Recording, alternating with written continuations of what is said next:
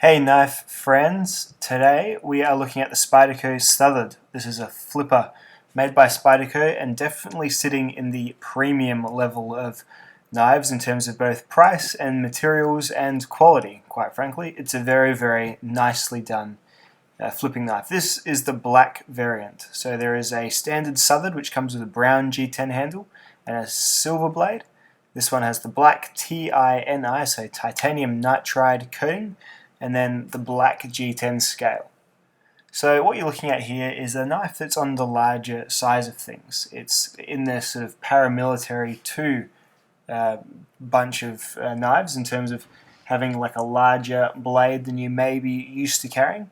It's got very similar materials as you would find on some of the upper crust paramilitary 2 models, being G10 and a CTS 204P steel, which I know they make some paramilitary 2s and M390, which is, in my experience and in my testing, fairly similar stuff.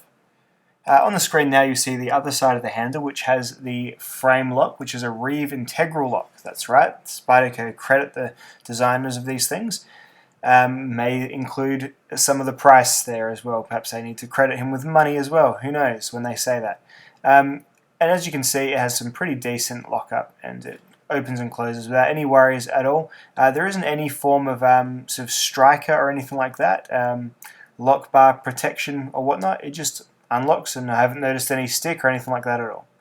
And it really does fly out, and it really does lock open with authority. So it does very well.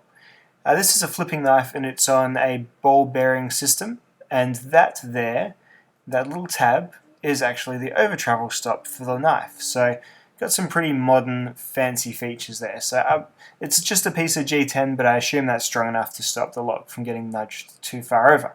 The 3 cutouts there on the lock make it so it locks and unlocks, I suppose, so that is where you get your spring from.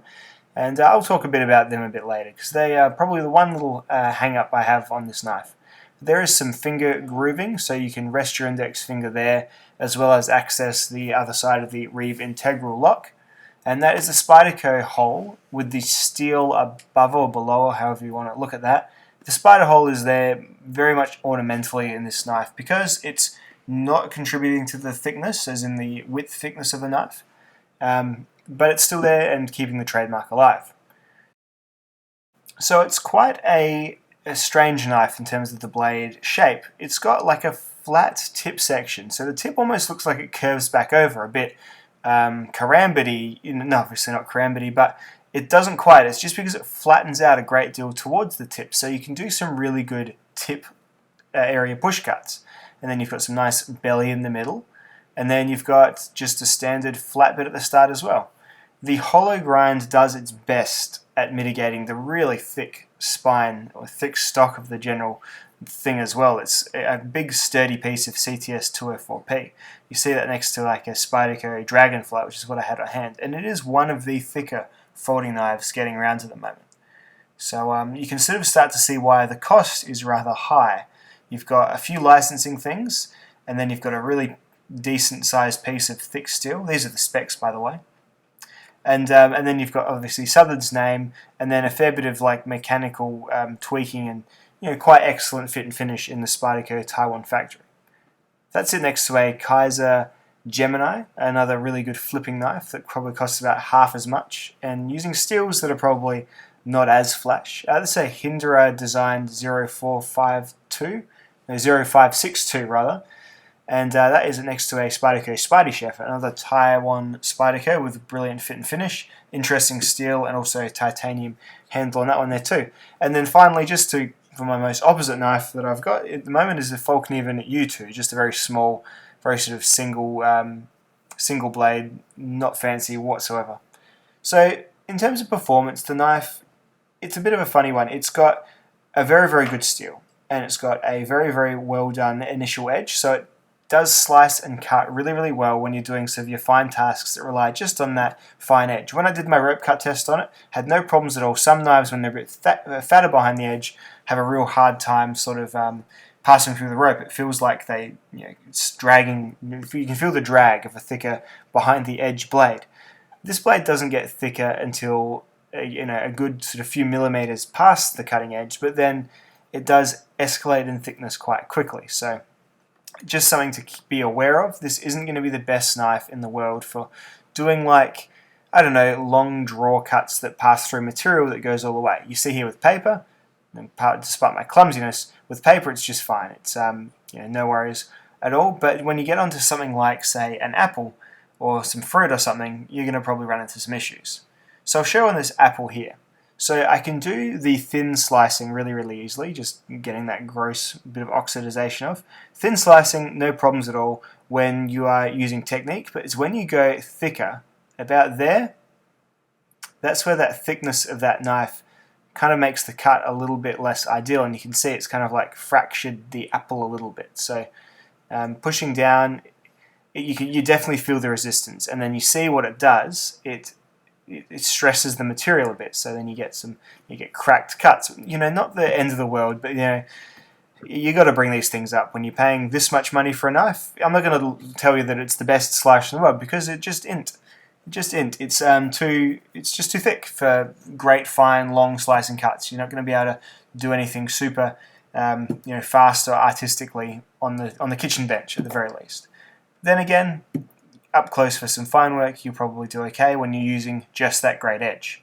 So I did some onions as well. Onions reacted a little bit better because they are a little bit more, or less likely, I guess, prone to cracking like an apple is. An apple is probably one of the better slicing tests you can do, but onion's a really good test of the keen fine edge. And as I said, the keen fine edge of this, it's thin for a few millimeters up, so absolutely no worries at all.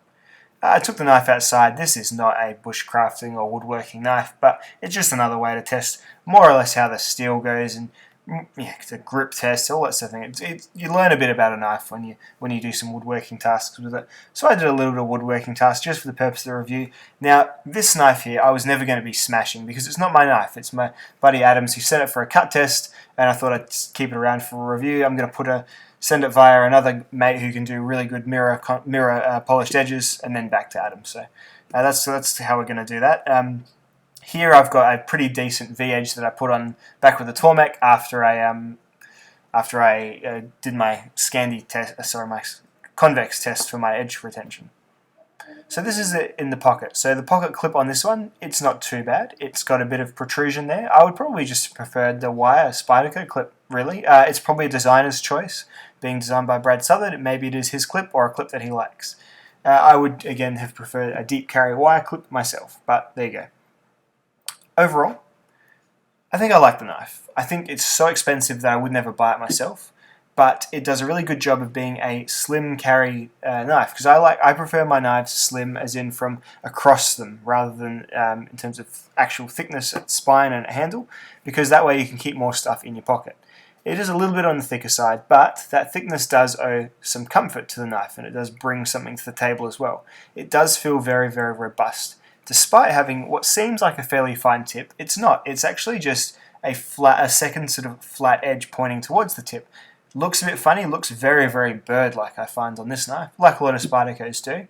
But overall, it does perform really well, as long as you're not expecting to sort of cut apples or cheese or anything like that the thicker blade is going to cause some hindrance on. The only other thing is that little cutout where the locks is sprung, those 3 scallops there. Not super comfortable in hand, I must say. I noticed them when I was doing my cut tests, but nothing else. It's a bit like jimping. At the wrong angle, it can be a little bit severe, but overall, it's not going to cause you too many bothers. But thick blade aside, it is a really nice knife. It's definitely up there in fit and finish with some of the best, and this has even been pocket carried by Adam and myself for a couple of days as well. It is excellent. It's just a little bit too pricey. It's priced itself out of my market a bit. But if you can put up the thick blade, and if you have the cash to burn, and more importantly, if this look just talks to you, I can assure you that it's a really well put together, well made, well actioning flipper that you probably really enjoy having in your collection. Alright dudes, I'll see you in the next video. Bye now.